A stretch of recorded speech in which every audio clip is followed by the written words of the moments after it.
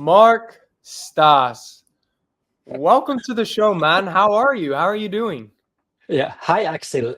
Very good, very good. I'm really happy to be there with you, and I'm looking forward to the interview that you prepared.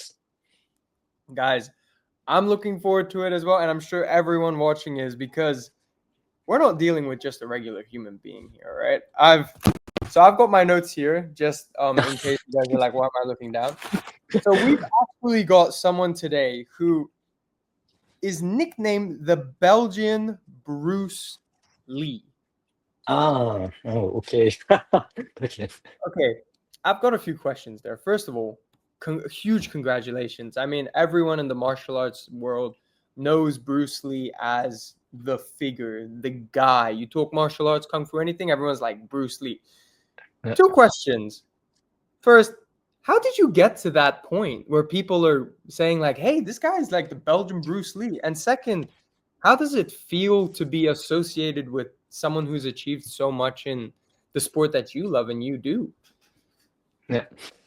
I think the first channel, the TV channel that nicknamed me the Belgian Bruce Lee was in Switzerland. That's dated already, I think, 2016, 2017. So many years ago. And they spoke about the Belgian Bruce Lee. I saw the interview and I was really like, wow, they compare me to Bruce Lee. I think mainly I'm also Asian looking. I do a martial art that's similar to what he does. So I think there are a lot of similarities, and I was always very explosive in the movement. So, say I'm Asian, Bruce Lee's Asian. I do a soft kind of style that's not quick, then it would not match with what Bruce Lee does. So I think that in the beginning, Bruce Lee, like you said, he's the name in the martial arts world around the globe. He's the martial artist, the most known person throughout the world since he died. And that's why when they speak about martial arts, Asian guy, that's Bruce Lee. And it was like, wow, when I saw the reportage in Switzerland, I thought, oh, they're comparing to Bruce Lee, nice. But I think it started more in Belgium. So I live in Belgium. I raised up in Belgium, although that I've South Korean origin. And a few years ago, I was interviewed by the major news, local news and national news, and they compared me also to Bruce Lee. That's why they nicknamed me the Belgian Bruce Lee on television, in the newspapers, on the radio.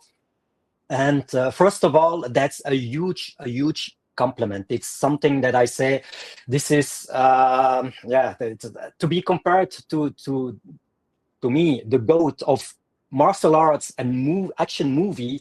It's amazing because I'm also a huge fan since I was a child.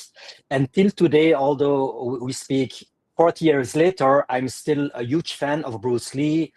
Without imitating him, this is a big honor. So for me, this is the first thing. It's a big honor to be compared to someone that I really look up to him. This is something. Besides that, okay, I am different. Yeah, we are all different human beings. We have our path, we have our history, we have our everything that's related to one person. We are unique, and this is something I'm really proud that they compare me to Bruce Lee. But besides that, I stay myself. This is one thing. And your second question, you spoke about Like, how does it? how does it? How did you come to it, and how does it feel? Yeah, yeah. Mm. Yeah, very proud. For me, it's a big honor to be compared to a childhood hero. When I was 10 years old, 9 years old, I was like Bruce Lee, and the martial arts movies was like the biggest inspiration in my life. And many years after, when they say the Belgian Bruce Lee, then I'm really honored. So it's a title that I don't think I deserve it, because I cannot be compared to someone who at that time in the 60s, he came from nothing and created a myth that that's amazing. There was no internet. He did everything alone. He had his struggles in life. There was no social media, no scientific articles that you could learn from to develop. So I think he's really someone who is unique. He's when we say he's the legend, I really think he is. Many criticize him at this day, but we cannot compare the period of 1960 to 2020. This is impossible to compare. And it's a huge honor, really. It's to me, Bruce Lee, he's the man. He's really the legend. That is fantastic. I mean, wow. Like, even like, I used to play football a lot, and even when someone would say, "Oh, that skill move you did looked a bit like Ronaldo," I'd be like, whoo, whoo, whoo, Wow. whoo. So to actually have that your name, that's wow. So now this is something I really, really, really admire about you. So a lot of people can learn, right? You can learn karate, you can learn taekwondo, you can learn all different types. You didn't just learn different fighting styles, you actually went and made your own, which I think is just, I mean, I can barely make something of karate and taekwondo if I were to come up with something different. And I've seen some of your videos, like the training, the striking, how smooth everything is, how everything flows. How did you come up with this? Like, it's incredible. First of all, it's since I was a child, martial arts became a real passion. Passion, it's not, I speak about the 80s. In the 80s, internet, I didn't have internet, and there was no influence of social media where you can see things, you imitate, etc. So I think the passion that grew deep inside me, it's a real love for martial arts. So like I said, there was no internet. I only had television, like many, and I had the inspiration of books, of Bruce Lee's movies, anime, etc. So this is one thing. I couldn't practice in a martial arts school because I was too young. So what I did, with the books I had, I started to train alone in my room, and this is every day. So it started very quick, like inspirational information that I got, and then all the things of I want to train. So I imitated. I started to do it by myself. I didn't have a teacher. I didn't have friends with whom I practiced. And slowly it became a kind of a passion, but a solitary passion, So, and this, I think, I speak now more than 40 years ago. This paved the path to my actual level in martial arts. So I was never dependent of a school or instructors, of people or friends to train. And this, I think, this is really a big foundation I found to practice in my small room, 4 square meters, so it's not big. There I had a little bit space, so I trained. So I didn't have equipment, and from this I started to train in martial arts school, like karate, taekwondo. I did a mix between boxing and grappling, and a little bit what I learned before. And from this, I started to discover Wing Chun, in Germany. And it was thanks to one of the biggest names in the Wing Chun world, Sali Afchi. He gave me really this thing. This is what I want to do. Although, Axel, Wing Chun was the base martial art of Bruce Lee, So I knew that, but I never started to practice before I read an article in the 90s. And it was this Sali Afchi, who is one of the top fighters in the world, who showed me the Wing Chun. He's not tall, he's a little bit my size, but comparable to Bruce Lee, his skills, he was very good in his Wing Chun. And I was like, this is what I want to learn. This is it. Although that I was already a big fan of Bruce Lee, it was, to be honest, not Bruce Lee who gave me the drive to practice Wing Chun. So it's very strange. So there was a local in Leuven, where I studied my last year in physiotherapy. There was one of the representatives in Belgium who was teaching Jeet Kune Do Jun Fan. I did a few months, but it was not what I wanted to do, you know. So it's really very strange. Although being a big fan of Bruce Lee, I didn't want to practice Jeet Kune Do, but I started to practice Wing Chun thanks to another person, and then it started. So this is 30 years ago that I discovered Wing Chun. I quit Belgium. I moved to Germany. I practiced every day, 7 days a week. I had to work because I needed money, so I didn't speak the language. And I started to work as a physiotherapist in Germany. And then slowly from Wing Chun, it deviated to the creation of Wing Flow systems. So I go already a little bit more further. But from Wing Chun, I was part of the biggest organization in Germany. From there, I followed one of the best technical instructors in the Wing Chun world who asked me to join him. And from this, it slowly moved on to Wing Flow system. Of course, Wing Flow system was born out of a deep passion for martial arts, you know, and the desire, I think, the desire to break free from the limitations of politics, and this is something, you know, it was a huge problem in my life, you know, when you are always part of federations, organizations, and suddenly you don't have another choice than to say, okay, I will follow my own path, then it's like a void. There is nothing anymore, you know, being a kid in federations, organization, and suddenly, or I follow an organization or federation with the politics, or I go my own path. This is not easy to do, you know. And of course, I trained very hard, and then it came to the Wing Flow system. I come back to your question with the strikes, the flow, the explosiveness, and the beauty of expression. I always wanted to have a kind of a perfect expression for myself. So that's why I trained very hard every day. And it was not only practicing a martial art, it was I lived for martial arts all my life, you know. And I practice a lot, and everything that I learned, I wanted to do it better than what I learned. So I studied it, and when I came home, I wrote down a lot. I started to practice even more. So and the beauty of martial arts, it's not only arm techniques. It's not only kicking techniques. You know, I did martial arts like Taekwondo, mainly kicking. I did martial arts like Wing Chun, mainly arm techniques. And then I said, yeah, I'm not tall, so I need to have a very good technique to be better than guys who are bigger, taller, and you know. So it's a little bit like compensation. What can I do with my morphology, with the skills I have? How can I develop even more?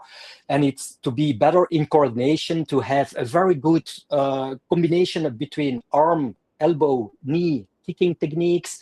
And then I started to train even more. And in Wing Flow system, I structured the full system. I deleted a lot of techniques that I did before. The training methods, I changed it, and slowly it went into the actual form that you saw in Wing Flow system.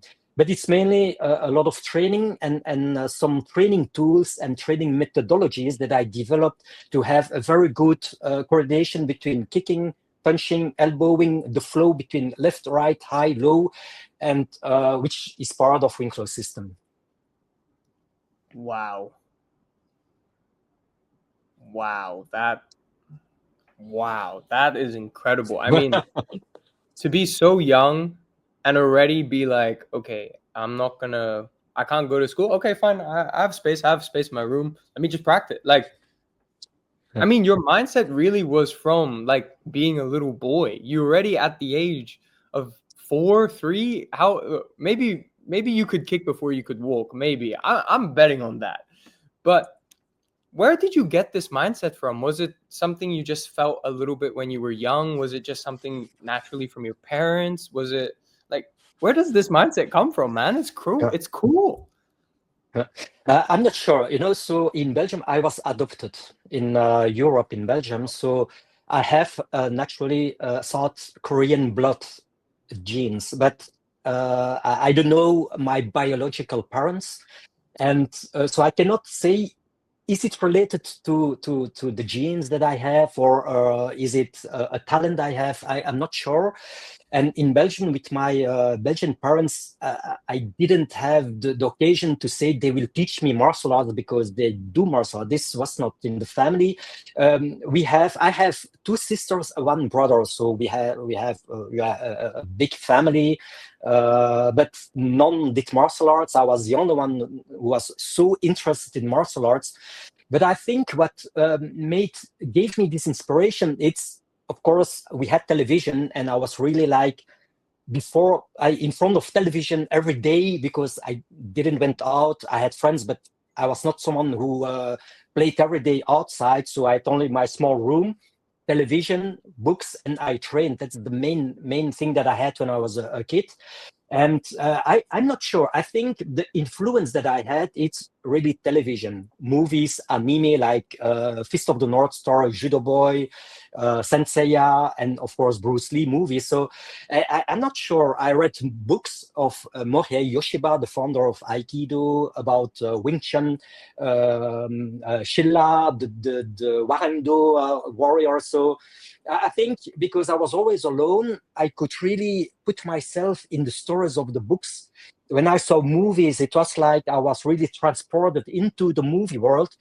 And as a child, I think I had a lot of imagination, and that's why also this is strong point. When I trained, I was in the martial arts world. I was alone, but I didn't see the fact of I'm alone. I'm in a small room.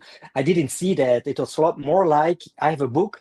I saw movies, animes, and I start to imitate movement. So I'm not sure how to say that, but it didn't. It did grow slowly, surely, and continuously. But there was no drive from a person who said, "Hey, you have to train." I didn't had someone who motivated me, but of course, maybe as an Asian boy, I wanted to do martial arts. Maybe that also. So I was, yeah, I don't know how old I was, but I was really into martial arts. And I remember my mother who said, "But Mark, you can never sit still." In Flemish, we say, my mother, she said in Flemish, "Je hebt geen zittend gat." It's like in English, I'm not sure how to translate that, but it's like, Mark, you cannot sit still. Your butt cannot sit still like that. When I was a child, Yeah. I was eating, I was moving. So already there, I'm not sure how old I was, maybe 6, 7, maybe. I'm not sure, but I was always moving, and I had a lot of energy, and I put this energy into martial arts. I did also gymnastics at that time, so I had a lot of energy. I did gymnastics, then I could practice karate, but before I practiced in clubs and schools, I was always moving and kicking and punching. So it came, I think, naturally, but the natural behavior, I focused into practice, and till today, it never stopped. So I'm still so passionate about my personal martial arts training that there is no other secret. Of course, I invested a lot, Axel. So people, they think, oh, Mark is talented, but talent alone will not bring you far. I saw a lot of talented people, they don't train, they will not go far. I think I've maybe talent, but I train very hard. When I say very hard, it's very hard. Daily training. And I put all my effort into martial arts training all my life. So the more effort you put in it with passion, later one day it comes out as a result. So it's for me difficult to think what would I do, because I was always really focused on only martial arts. Man, that is incredible. I mean, wow, I'm just trying to absorb all of the information you've said. There's so much wisdom. Okay, words of wisdom podcast name. Haha. But like seriously, man, there's so much wisdom, there's so much, channeling your energy Yeah. thing instead of just, well, I guess maybe when you were growing up it was a bit easier because there's not as many distractions, but nowadays it's like Yeah. channeling your energy, working hard, not just being like, oh Uh, yeah, talented. That's incredible. Like, honestly, incredible. You're going to hear me say that a lot, but genuinely, that's incredible. And I have nothing but respect for that, because that's also how I want to try and live my life. So Uh, now, I don't know, maybe the experience was a bit different for you. mhm, I know from just experience, usually the ones who know how to fight when they're young, they almost seem to be really scared to fight. Like, they will not fight under any circumstance, which is crazy because they're the ones that can beat everyone up. Was that the mhm, same for you? Were you more like, I know the power of fighting, I know how dangerous this is, I know I can kill someone? Or were mhm. you more like, let me show off my skills? No, although in martial arts I can express myself, I was always more timid, more a person that was like I didn't speak a lot, and as a child I never saw martial arts as something dangerous. You know, I think maybe I was too young to realize, or I didn't had this knowledge of danger, the law, police that can, you can have problems when you fight. When I was younger, I never had this information in my head like this. It was like I train like an activity and it's a passion, but I never thought about watch out when I fight, I can be dangerous. Of course, I had, yeah, not problems that people who because I was Asian, they think, hey, do you do martial arts? You're a Chinese guy. I had also this kind of behavior of other people or discrimination also. But I don't know if this drove me to practice more. Of course, yeah, when someone said, hey, you Chinese guy, maybe it was like, it became like, yeah, it starts to boil, and don't push me too far, but it was never as pronounced as maybe some people they would get angry. This not, but it was like it gets hot inside, and but I didn't want to fight. This not, but I think the advantage was that when I practiced martial arts, I expressed myself, and okay, I got some problems on the street, but I was already older, maybe 30 years old, 28, 30, when I got, but I could always solve it without really punching, so it was like more with words and maybe looking a bit more serious and telling don't mess with me. And but it never came to the go action. This not the only thing that I got with really action. That's in seminars when people they think, hey, Mark is small, we will see. Then I got some serious guys who wanted to test, and then I express myself because it's not on the street. So there is, yeah, when I'm in the training area, then I go for it. I don't. I'm not someone who said maybe I have problems. This not. So the real blood or problems that someone had, it's more in the dojo or in the training area that I got some experience this years. But on the street, I always try to avoid. If it would come to an encounter with really attacking, then I would defend myself for sure. I would not hold back if it's like this. But till today, I'm really happy for that. I never had to use the techniques I had to do. I was always prepared this, yes. So it's not I didn't do, is I'm not prepared. I'm prepared. I know it can come.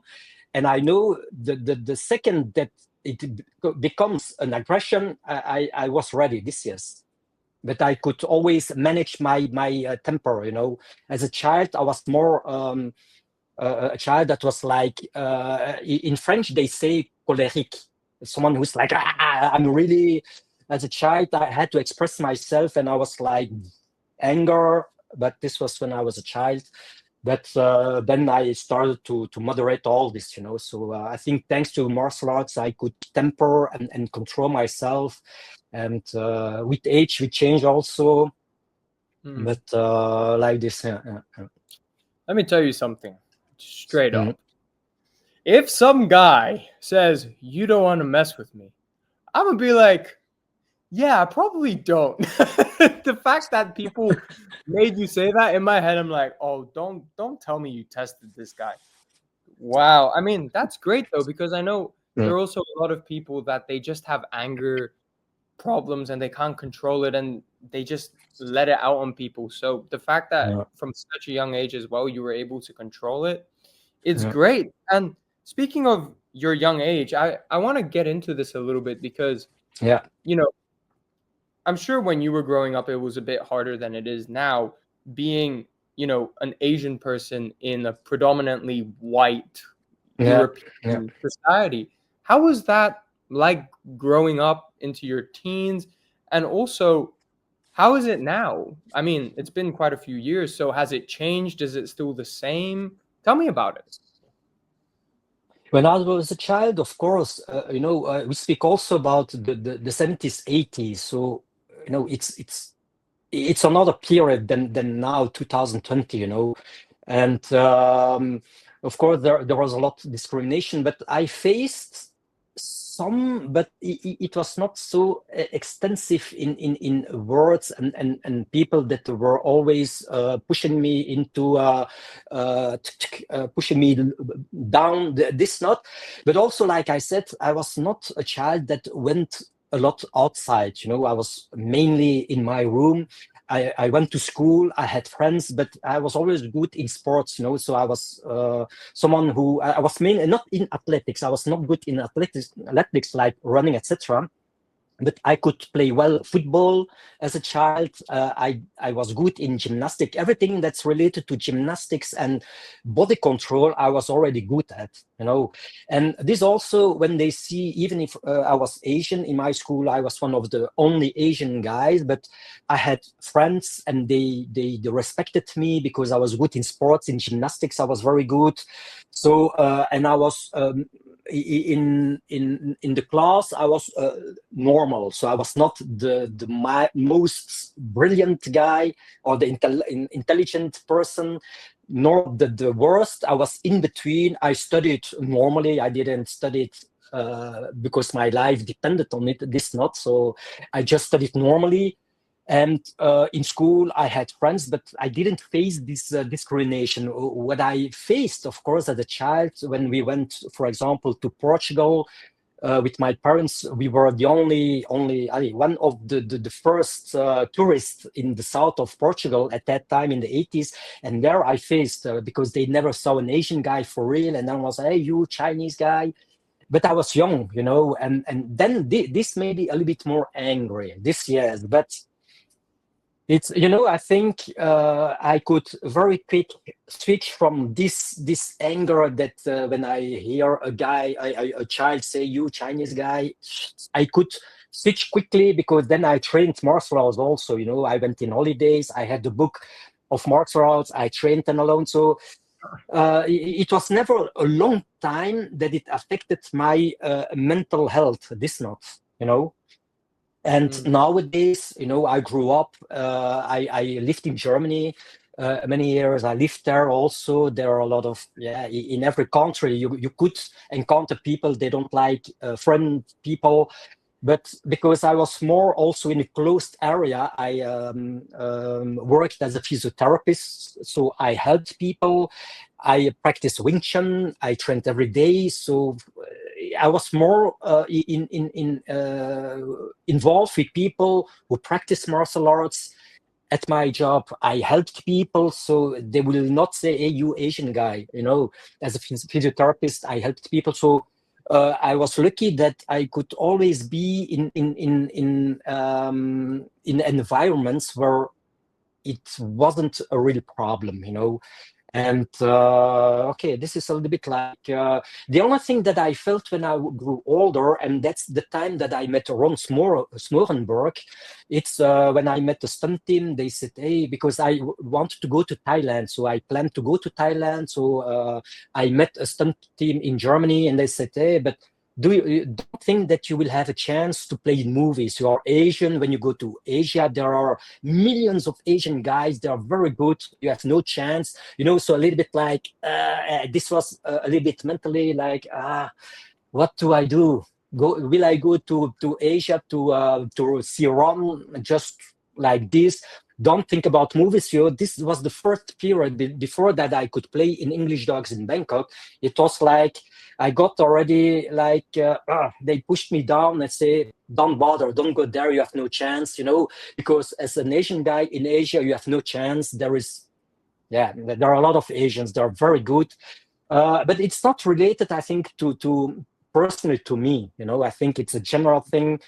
But for the rest, being Asian, the only thing that I feel, and it's a little bit like in America, etc., because I'm an Asian guy, so I'm like Bruce Lee, not tall, and then they judge very quickly. They say, "Oh, he's small.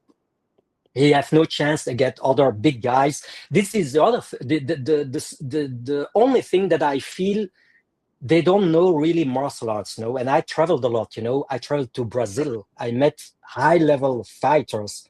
They are not small, they are tall, and I could they could really give them respect about me because they saw what I do. They could test what skills I have. I went to Thailand. There also, I met Ron can tell you. I met guys that are very good in martial arts, in Thai boxing, in movie fighting, and they're like, "Wow, Mark, what you do, it's amazing." So it's. I think people they just a lot about how do you look, and this I think if you have a good level, you don't judge what people look like. They look like the Muay Thai big champion Senchai. Senchai, when you see him, you would never think he does Muay Thai, and he's one of the best fighters. He doesn't look athletic, but look, this also I always think you can look at the body, but martial arts, if you practice something seriously, it is looks that matters, And Asian, okay, many think, oh, Asian, he practice, but nowadays the best fighters are not all Asian, So there, I think also okay, so it's a little bit mixed. Sometimes they think, oh, Asian guy, maybe martial arts, and all, wow, Asian.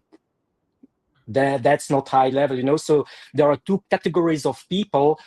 But for me, I practiced all my life martial arts. I know also what I can do, and I traveled the world. I met many masters, high level champions. So, I personally know what I'm worth, and this is something that's for me. So I train very hard. I have an Asian look, but I'm proud to be Asian first of all, and it's, you need to have a very good mental health to survive in the world. Social media, when you meet people sometimes they are good, but sometimes they have a big ego, and you have to compete with them. If they push you down, you cannot let you push you down. And you need in your head you need to be very good. You need to stay really respectful for yourself. If not, they push you down, you let you push down, you think I'm not worth Asian looking or not Asian looking. So I think it's a general issue for many people, but this is the most important thing. The way you are, this is what matters. No one can push you down for their own proper ego building. This is not correct. So Man, I'm so glad you said that because that's spot on, right? Like at the end of the day, you didn't choose to be born here. You didn't choose to be raised by this person. You didn't choose to be this color. So at the end of the day, no matter how much you hate it, how much you love it, that's life. So instead of being so shy and ashamed, just embrace it, accept it. If someone says something, just be like, man, I'm that's who I am. Look, Axel, they say in nature, everything grows next to each other. A tree can be powerful. A small flower can be small. Everything is there. It has a purpose. It has a reason. But it's also the beauty in life. No, not everyone is the same. Not everyone has the same good skills in martial arts. They are good in martial arts. Some are very good in music. Some others, they have talent in communication. Others, they are there because they are really sociable. They don't need to speak much. That there is a harmony in life, and people, they need to see that no matter how you are, every unique person deserves to be happy, and this is something, it's really important. Many people, they have in their mind, oh, people, they say, I'm like this, I need to change. It's sad to see that we can be influenced by the opinions of other people.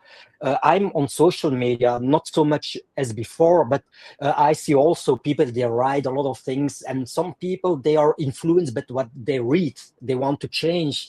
And then I say, luckily, I'm not this type of person, what people think of me doesn't matter. I invested a lot of my time, all my life, into my personal development. I'm here to guide also instructors and students in martial arts who ask me questions and want to evolve. I'm in contact with different kind of population, in the professional world, in the martial arts world, in the movie world, in the world, in private life, nothing to do with movies or martial arts. We feel well. This is the most important thing. We need to be. Life goes quick, Axel. From 1 year to whoop to the end of life. That's it. It runs so quick. It's when I remember when I was in Germany 30 years ago. We are 30 years later. Then I say, wow, my God, this is 5 years, 10 years. It's quick. And I don't want to waste time in thinking things negatively and to be influenced by others. Like you said, we live our own life. You go home at night or in the evening, there is no one else. You need to manage your thoughts. You need to manage to say, I go sleep with a good mental health. This is the most important thing. What you have, it's one thing, but how you feel, I think this is what makes you. This is what makes you. You need to be a very healthy person in your head. If not, it goes quick from this, and then suddenly, oh, we don't feel well. I want to kill myself. These negative thoughts. It's in the head, but it can be influenced by so many people. They don't mean it well with you. They don't care about you, but they will criticize you, and then you want to change because of one person who don't care how you are. So it's a dangerous world, but it's very important that we care about ourselves, and we need people around us who goes in the same kind of direction. We want to be happy, we want to feel well, we want to develop what matters for us. I could say, hey, I want to be like this, I will start weightlifting, but this is not what I want personally. So I invest my time in development of this, and this is okay. If you want to do that, that's fine, but I go this path, I will not deviate from that. But I need to feel well. It's an investment. I invested everything in my life to go toward the path of martial artist, and this is not an easy path. This is people, they think 5 years training, I go there. Yeah, I practice 40 years every day. It's not twice a week, it's every day. So 40 years every day, it's 7 days a week. It's a lot. Yeah. People, they say, I practiced 50 years, I stopped 2 years, I stopped. Yeah, but I never stopped. Only when I had problems with my body, but I continued and I managed to change training methods. But in the end, what matters is that in the head you feel well and that you are happy. The happiness, it's number one. Happiness and health. These two on long term guides everything that you do. This is Guys, I hope you soaked that in, because I'm gonna say it again. That was wow. I mean, wow. But that is so true. And now I have a dilemma, because I've got so many questions to ask, and I can't take 5 hours of your time. So I have to be very, very, very selective. yeah. I mean, just off what you said alone, like, Yeah. so how was it like for you? Because I mean, you start social media, and then Yeah. you start getting all of this attention. Was at any point it became hard for you, or were you from the get-go like, I don't care, I don't care what they say? Did you also, how did you deal with the criticism, because now you can post the most beautiful photo, the most nicely colored painting, and you're going to have someone go, oh, that painting looks like crap. It really doesn't matter what you do. So how did you handle it in your personal life, especially with the creating your own style? You're not just taking something, you're making something. How was that like for you? Not easy, not easy. I think many people, they see a result, they don't see everything you invest, all the suffer that you have in life. And I can tell you, when I created Twin Flow system, I quit the previous federation, so and then they start, you are a traitor, you quit the federation because, but because many people, even within the federation, they didn't know what was going on, so there are a lot of things they didn't know. And I don't want to explain things to people that have opinions in their mind, but there is always a reason why someone quits. It can be personal, but it can also be because of, and this is something. When I quit, I had a lot of adversity. So I had people, they called me, they sent messages, you traitor, we will kill you, you will never have something in your life. It was not 1 month, it was 1, 2, 3, 4 years, and it's all influenced by the federation. This is very sad.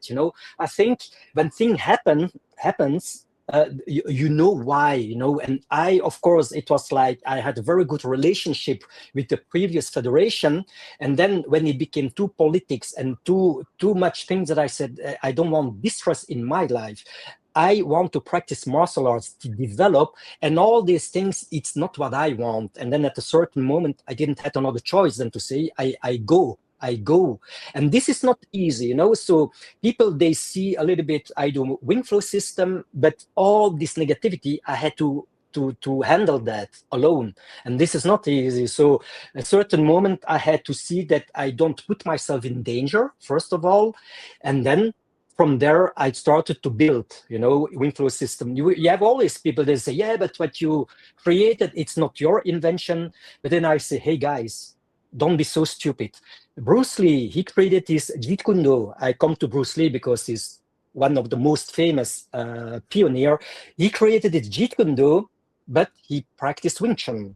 Thanks to Wing Chun, he could have an idea what he wanted to do by creating a Jeet Kune Do. Without Wing Chun, no Jeet Kune Do, because he would not have this trapping thing, the Chi Sao.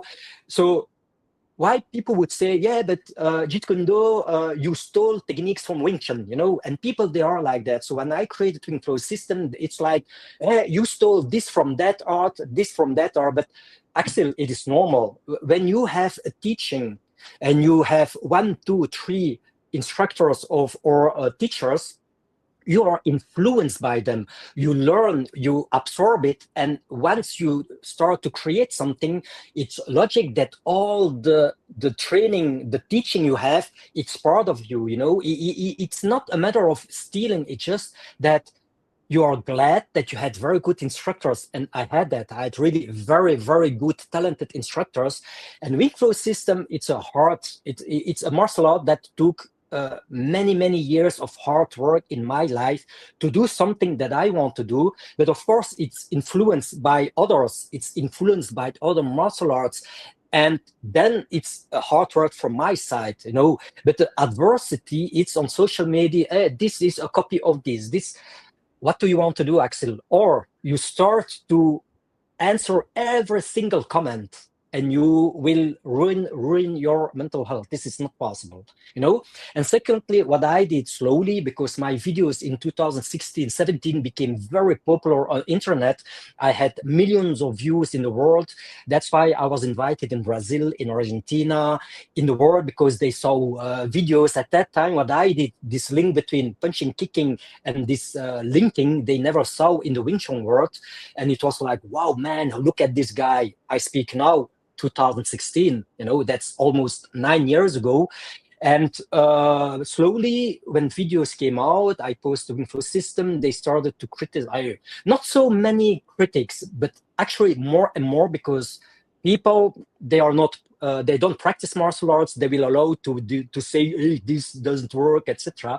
But I learned to say, I read it, I smile, and I pass. Because what do you want to influence people who comment and they don't have a clue what you show?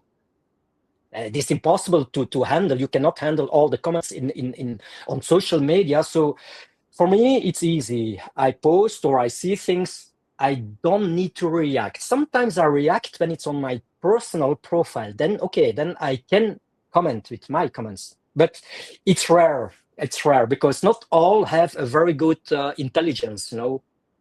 Even masters, it's not because they are master in martial arts that they are as a human being a good person. We cannot confound. You can be good in this, but as a person you can be a shit person. I know this, I experienced this, and that's why for me, okay, I cannot be influenced by all the comments that I see or read, because it's like that. What do you want to change people?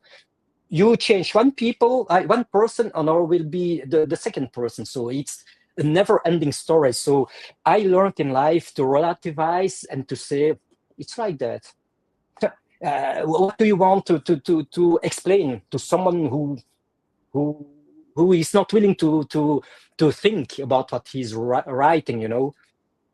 It's I am luckily not someone who is too much influenced. I go my own path. I've already a lot of things to do for myself. Developing my skills takes already all my time. So if I have to go on internet every day and looking and writing, this is a full-time job. I don't have time for that. Oh, the It's amount of not. time that people spend commenting and replying, and Oof.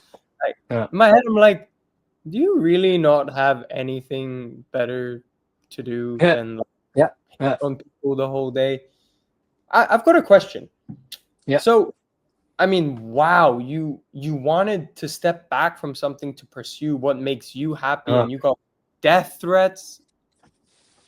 Man, Yeah. that's crazy. So, from this journey of like, you make the hard decision, you want to step back, then you get Yeah. death threats, then things start working out. Was there any point on that journey where you were like, man, I think I made a big mistake, or I want to quit, or the whole time you were like, nah, this is worth it, this is worth it, or did you sometimes feel a bit of regret, like, oh, like, tell me, Yes, man. yes.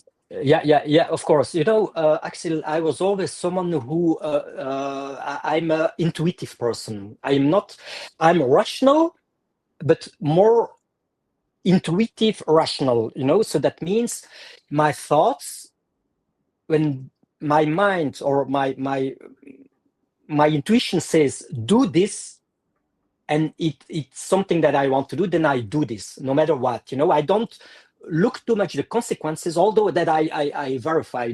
For example, on a later stage in my life, I did martial arts. I worked in a professional company, and I was teaching martial arts also at the same time. And then at a certain moment, I thought, it interferes with my martial arts life. So I had a job with more responsibilities.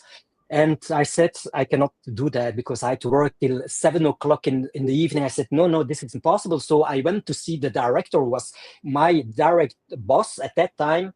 And I said, look, I will not continue to work. I will quit the company. So I had my letter. And he said, but Mark, I don't understand you, because I started to be independent, for martial arts also. So I worked, but then I said I will be independent, but partially independent, to combine. And I said, look, I cannot combine this. This is in martial arts. And then the director, he said, but Mark, I don't understand. You have a beautiful job. You have a big money, and you will quit this job for just martial arts. You don't even know if it will work or not. And then I said to him, yes, I know you cannot understand that, but my decision is I want to be happy with martial arts, and all the rest will have to follow. And I quit. He was like, you are crazy. But of course, it's not that I said, oh, this is a mistake, but I was always like, boom, this is what I want to do. And for example, I quit Belgium to go to Germany to live there. I didn't know the language. I didn't have the money to live there. So I had to look for a job. as a physiotherapist. But when I took the decision, then people, they said that, Mark, you are crazy. You go in a country where there, Germany is Germany, it's not Belgium. You quit. I worked 2 months in Belgium as a physiotherapist, but then I quit. I said, I go without knowing what will it be, without money, etc. So it's the decision. It's not easy, but I thought, this is what I want to do. I want to do it. And I was always very intuitive. And in the end, it brought me really everything that I wanted in my life. Of course, there are decisions when I took it 2 months later, I said, how it's difficult. But the regrets came maybe just after. But in the end, it was like building stones in my life. And it brought me, the actual person that you see in front of you. So I of course, I have good skills in martial arts because I invested my life in martial arts. I could play in action movies, not as a stunt, but as an actor. And all this thanks to the sacrifices and also the decisions in my life that I said I do it. I quit Belgium to go to Thailand, and I said I quit my job. I go 3 months there to find myself, and I met Ron. All this also at the moment, it's like, Mark, you are crazy. You quit everything for something that there is nothing. And there was nothing, but in the end, it gave me more than I could expect. It was calculated, but not calculated in result, Axel, but it was calculated in, I have to do that. It's something that I want to do. There is a safety. I can always go back to Belgium and start to work, but I did things. I made decisions, and it gave me a lot in return. I never saw, when I made decision, I never saw it will give me that. It was always, I have to do it.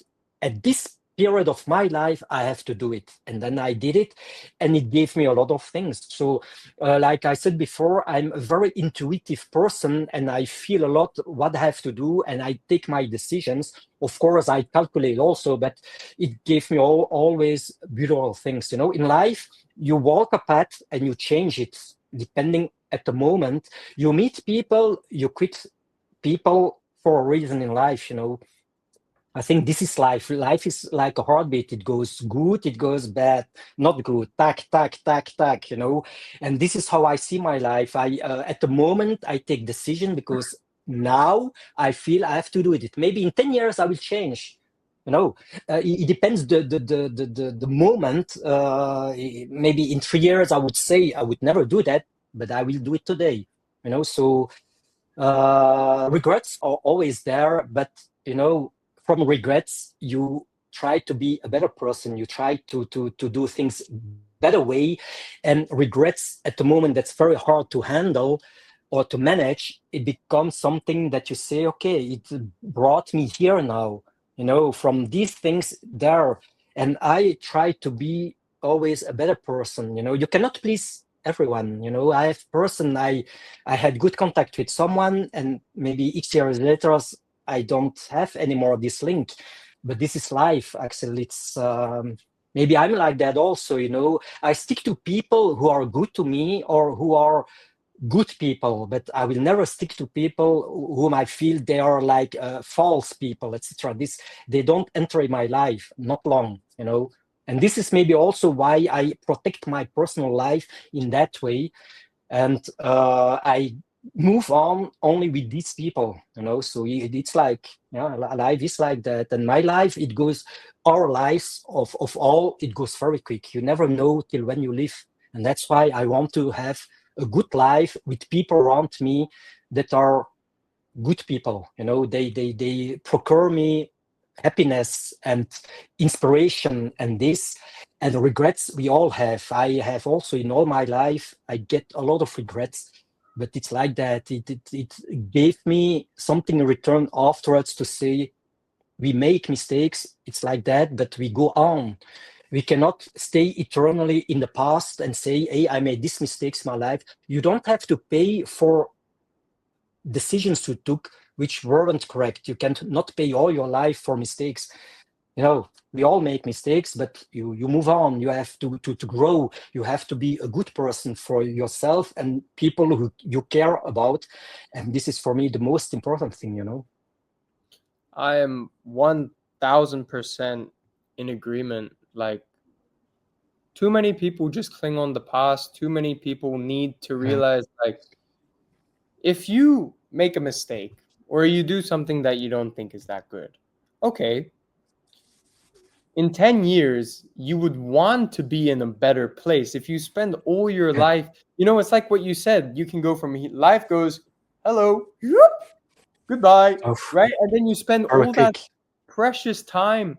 Now you're maybe 70, maybe you're 80, maybe you're 90, and you look back and you go, wow, I really just spent all my time worrying about something that doesn't even matter. I completely Yeah. agree with you. It is. Yeah. Yeah. Yeah. Yeah. And okay, before, we can't have a podcast and not talk about some cool movie stuff that you did. But Ah, before yes, yes, before yes. that, so you're in Germany, Thailand, Belgium, Brazil. Guys, okay, Mark, you can tell me if this is incorrect or not. So I went and I was reading, and it turns out that you don't speak one language fluently. You speak five languages fluently. So you went to Germany, no money, no job, no language, and now you Yeah. speak German fluently. Yeah. Yeah. Yeah. But also, I always loved languages, so especially Yeah. English, although my English is not perfect, but my mother tongue, of course, when I was adopted in Belgium, I spoke Korean.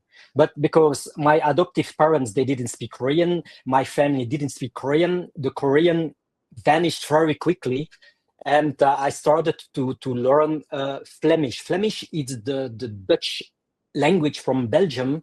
So my mother tongue, it's Flemish. This is the first, and then we have in Belgium the French, which is also the second language, but also the first language in the south of Belgium.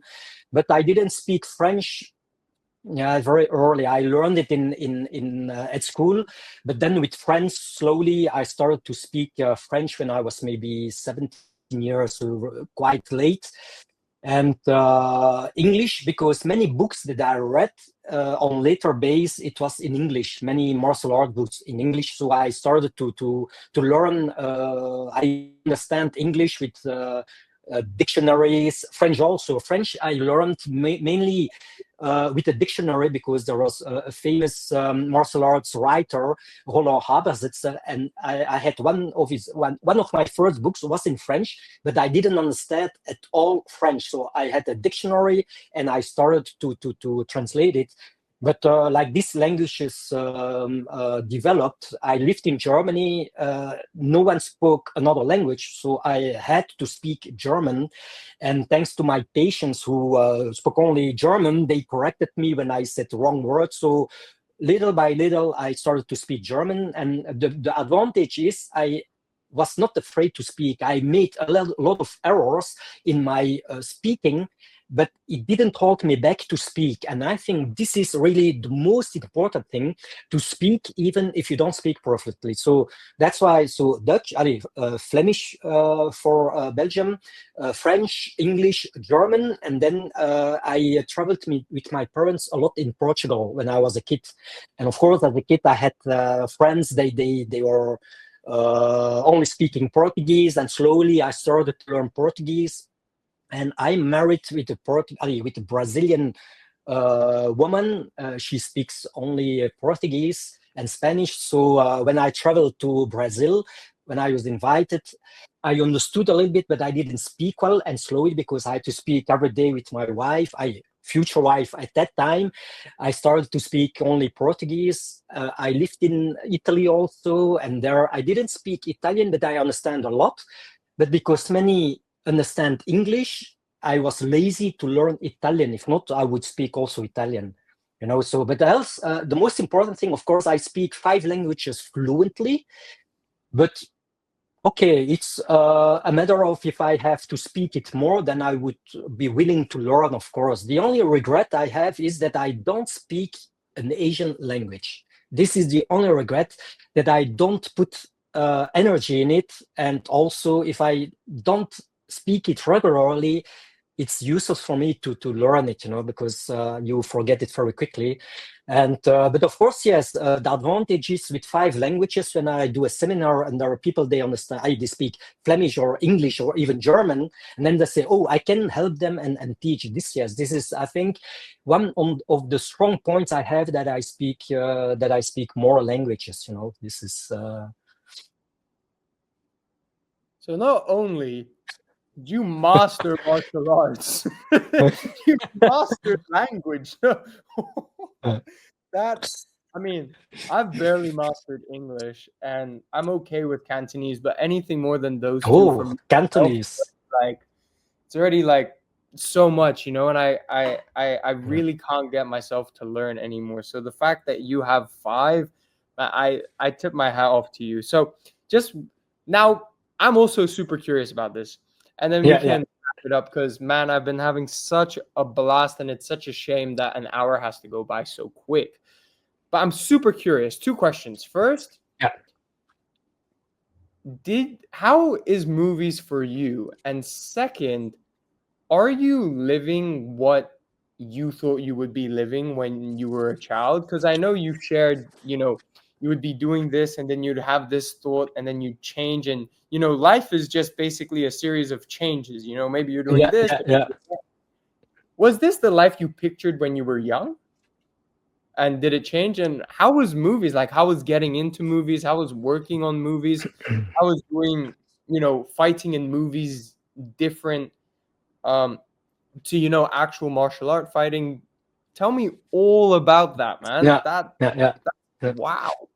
Yeah. First of all, not at all. So when I was a kid, I never dreamed about being an actor. This was not what I wanted to do.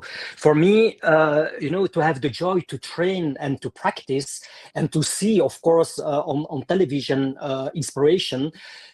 This was the most important thing. But never. But when I say never, never, it came to my mind to say I want to become an actor. Never. This is something that I was never obsessed by this, and it was not something that was on my to-do list. It was only I wanted to train. I want to build my body. At that time when I was younger, I had to train, etc. The movies, of course, I was always a big fan of movies, action movies. And not only Bruce Lee. On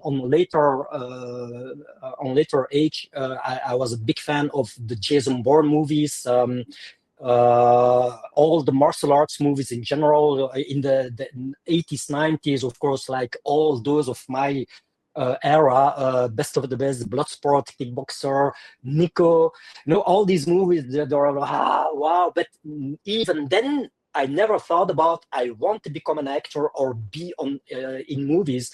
No, I enjoyed, Axel, I enjoyed watching these fantastic movies with actors who were amazing on screen.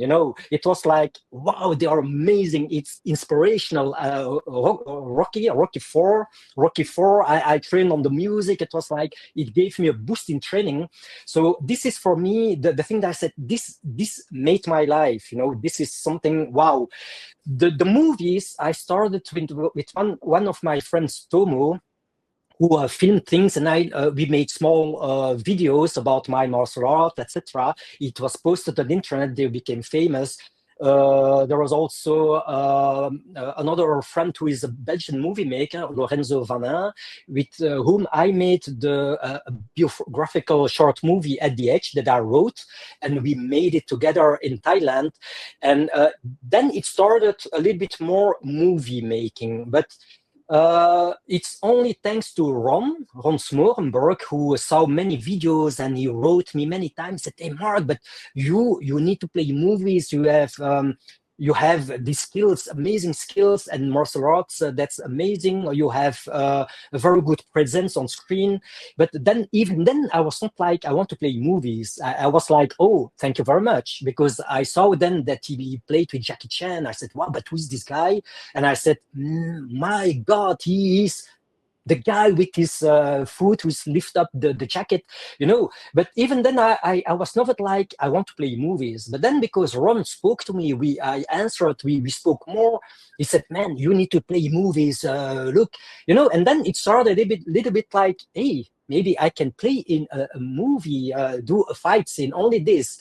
And when I met Ron, it was not like I will go in movies. No, it was like, hey, let's meet and train. It was only martial arts. And I was like, I will quit Belgium. I will stay 3 months in Thailand, and I will only perfect my martial art Wing Flow system, only train, no movies. I will meet Ron. But then in the beginning, he said, Mark, I cannot be there. I'm for a movie project in China. I cannot meet you. And I said, Ron, no problem. I have my flight ticket. I stay 3 months and I will only train and enjoy Thailand. Only that. But then we met. The project was postponed. He said, Mark, finally, I can meet you. Let's meet. We trained. And then he was like, Mark, your skills are amazing. And I was lucky that at that time, there are two producers, Dean Alexandro and Byron Gibson. And Byron Gibson, he was finishing his English Dogs in Bangkok. And Ron said, hey, Byron, you need to have Mark in your movie. His skills are amazing. And then that's why we made the first fight scene of English Dogs in Bangkok together. So we did the choreography with my moves, etc. And then the first fight scene was finished. And then Byron, he said, but hey, this guy, this fight scene, that's amazing. He needs to make a second fight scene. Create a second one. I need to have Mark in my movie. And this is really the debut I had is with English Dogs in Bangkok with these two fight scenes, which for me are amazing because it's the first time I could play in movies. I could do my own movements and choreograph. And just anecdote separate. Last year, I was in Dallas, invited for a big martial arts event. I was in the airplane to go back, and then there is a woman. She sits there and she looks at me. She said, did you play in movies? And I looked at her. I said, depending, but I played already in a few movies, you know. And she looks at me and she said, English Dogs in Bangkok. And I said, yeah, I play in that one. She said, you know, I thought it's you because I saw the movie now, and she is from England, but she lives in America, and she took the same airplane. And she said, but when I saw you, I thought this is the actor from English Dogs in Bangkok. She saw English Dogs in Bangkok now, and she said, delightful. I love this movie, and your fights are absolutely amazing. And the people in the airplane, really? Who is this guy? Yeah. And then I thought English Dogs in Bangkok was my first movie where I played the two fight scenes, which are very good. And this woman, many years, X years later, she saw it now and she recognized me and said, hey, amazing. So I'm really proud to have had this opportunity in the movies. And then I could play an Asian killer in Haphazard, which is created by Dean Alexandru. And yeah, very good. Also with my look, they say, hey, that Mark, you all look cool. You look cool with your suit, the glasses, and the presence on screen. So I liked it a lot, but I was very good guided by these guys, by Ron, by Dean Alexandru, who was the producer of the movie, by Baron Gibson, who was very good to guide me in English Dogs in Bangkok. And then I met, of course, many other big talents like Yodela, a French movie maker who is amazing. And really, he deserves to create more movies. I could play in a short movie of him. And the latest movie I played in, I was very lucky. It's in Borrowed Time 3, Falling Apart, with big actors also, you know. There is Alan Delaby who created it, and I could play one of the main persons in the movie, but there is also Eric Roberts in the movie, the brother of Julia Roberts. There is also the brothers Mandela. There are many people, you know. So yeah, I never thought to play in movies without doing castings and no stunt doubles. Many think, oh, you did stunt double. I said, never in my life. I'm not so acrobatic, you know. So, but I'm really glad and thankful that I could play as myself in the movies. Although I don't consider myself as an actor, but people who saw the movies, they are like, wow, amazing. And the Belgian press also, when they say they saw the part, they said, it's amazing that you're Belgian. You know, so I'm really happy with everything that happened in my life. And I'm really thankful to all the people with whom I could work. And it's all thanks to Ron Smorenberg, because it's thanks to him that I got discovered, and with his relations I could play in movies. And it's an amazing feeling, but of course I stay really good on the floor, and I don't fly high, because I know also everything is a lot of work for everyone, and sometimes we have a chance, sometimes we don't have this chance, although maybe talented. So I'm really blessed by the opportunities I had, and yeah, but it's amazing. It's a fantastic thing in life that happened to me. Although that I never dreamed about being an actor, for me it was always a matter of martial arts. But martial arts brought me also in the movies. So without martial arts, I would never had the chance to play in movies neither. So a passion grows into some action movies. That's really amazing. It's I have no words. I don't know how to say. Maybe I have a very good star that's very bright above my head. Maybe also, but it's rare, I think, to be able to do all this without having a proper formation, or to do castings, etc. So I'm Axel. I don't complain. I'm really happy with everything I do, but also I worked hard for everything I have, actually. So it's I invested all my life in martial arts training, and thank God I could go into the movies also thanks to this choice in life. So it's a rare opportunity, and I had these chances to do that. So of course it's amazing. What a story! What a last question! That was Yeah.